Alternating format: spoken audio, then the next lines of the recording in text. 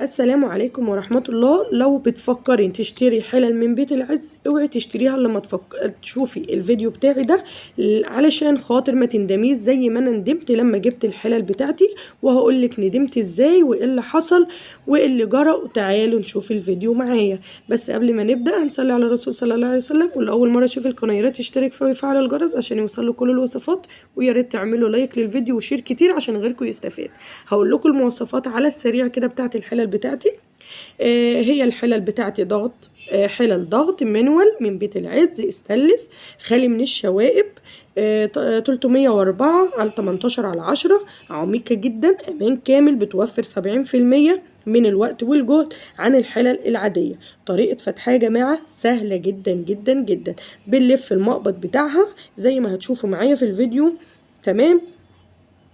180 درجة، بيخرج الغطا معانا بكل سهولة، تمام. وكمان اللهم صل على النبي، عايزه اقول لكم الحله الكبيره اللي هي ال10 لتر ال 12 لتر دي بتاخد يا جماعه 10 كيلو لحمه. متخيلين 10 كيلو لحمه وما بتاخدش وقت خالص معاكي على النار. وكمان عايزه اقول لكم ان هي امان كامل، يعني ما تقلقيش وانتي بتستخدميها خالص، عمليه جدا جدا جدا، تمام.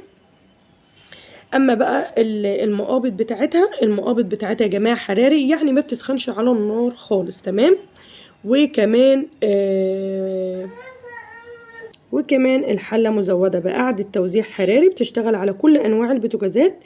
الحلل بتاعتنا تركي، خالية طبعا زي ما قلت لكم استانلس ستيل، خالي من الشوائب، تمام. الصمام اللي انا بشاور لكم عليه ده بيبقى نايم كده اثناء الطهي، اثناء ما بتستخدمي او بتعملي الاكل على البوتاجاز بتاعك بتسيبيه نايم كده، وبعد ما بتخلصي طبعا بتبداي ترفعيه لفوق، تمام، عشان يبدا تتخلصي من بقيه البخار اللي بيبقى موجود في الحله.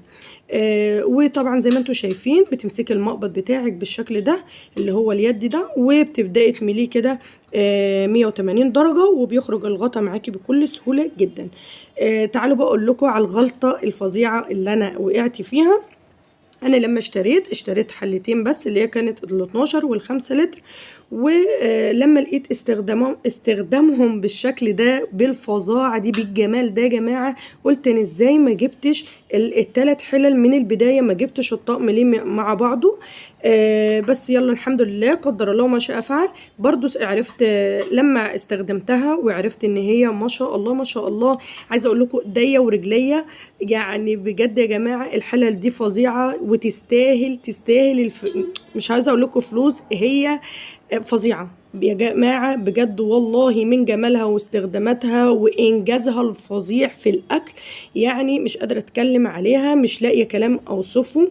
انا استخدمتها لما لقيت كده، انا على طول طلبت الحله الثالثه، وكانت اللي هي 7 لتر. استخداماتها يا جماعه كل حله لها استخدام.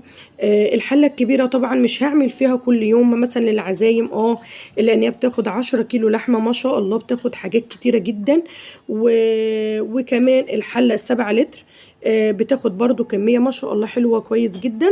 وال5 لتر طبعا اللي هي بقى استخدامي اليومي، والله بعمل فيها كل ما تتخيلوه، بعمل فيها كل حاجة يا جماعة. ولو بتفكري تجيب الطقم يا ريت تجيبيه كامل على بعضه من البداية، ما تفكريش ولا تقعدي تقولي اجيب اني ومش اني، لا، هاتي التلاتة على بعض، بجد هينفعوك كويس جدا جدا جدا.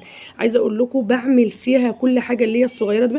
طبعا جاينا رمضان وغير شهر رمضان طبعا هتعملي بقى فيها الفول المدمس، وكمان هتعملي فيها كل حاجة. عملت المحشي وعملت كمان العدس يا جماعة اللي كان مفاجأة بجد، 8 دقايق ولقيته زبدة.